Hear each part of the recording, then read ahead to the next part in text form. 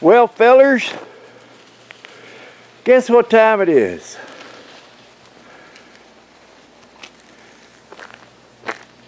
That's right.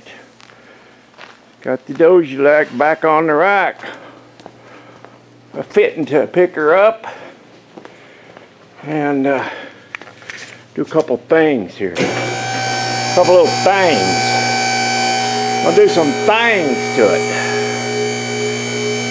I am going to even further molest it than what it is. I got a couple things I got to rebuild, and I hate doing that, but it's necessary. I've decided to redesign my air valve system and get rid of these cheapo valves.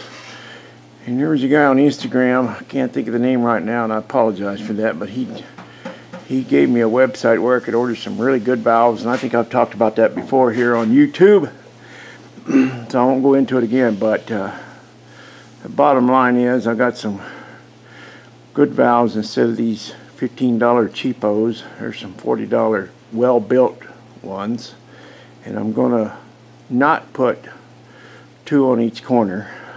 I'm gonna just tee off and go to the front, tee off and go to the back with the good valves, and you know, it'll do the job, and it's just less places to leak.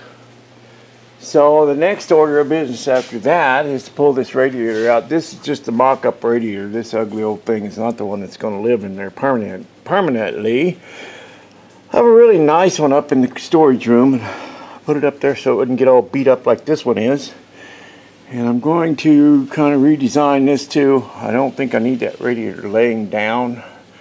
I think I want it more upright. I know it'll catch air that way, especially if I put a scoop under there. But you know, going down the road where you'd be scooping air at a speed that you would scoop air is not. That's not when it's going to overheat. It's going to overheat sitting at a stoplight when it's 105 degrees downtown. So I don't think it's necessary to have it laying down. It's just necessary to have really good fans on it. And Mr. Shavaholic, he turned me on to a place to get really good fans, and I have them right here. This is a really nice setup. It's a dual fan with shroud built in, or fans built into the shroud, I should say. And that's what's going to go on there permanently. So just kind of thinking down the road a little bit here, what I'm going to get into. Oh, and after I get the radiator situated the way I want it, and the plumbing done the way I want it, and I have a standalone tranny cooler, or a tranny radiator that has its own fan, and so that's gonna go in there also, and should be some pretty good components.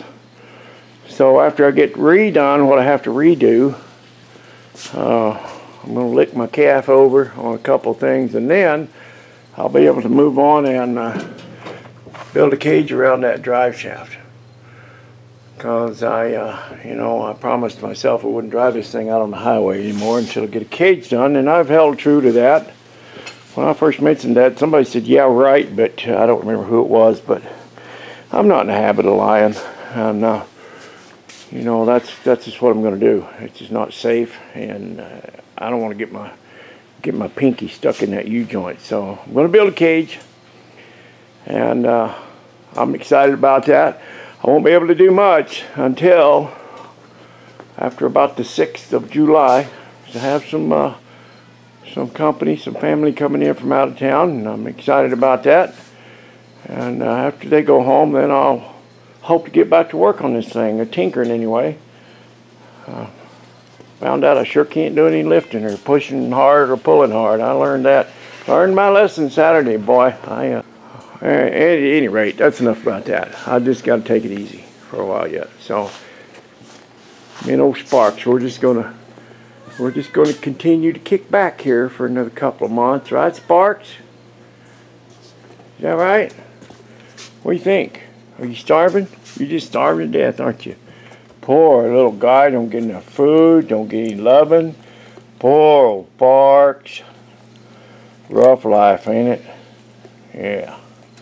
Alright, Just thought I'd show you fellas this. It's kind of exciting to have it back on the lift. It means I'm moving forward ever so slowly. Have a good one. See ya.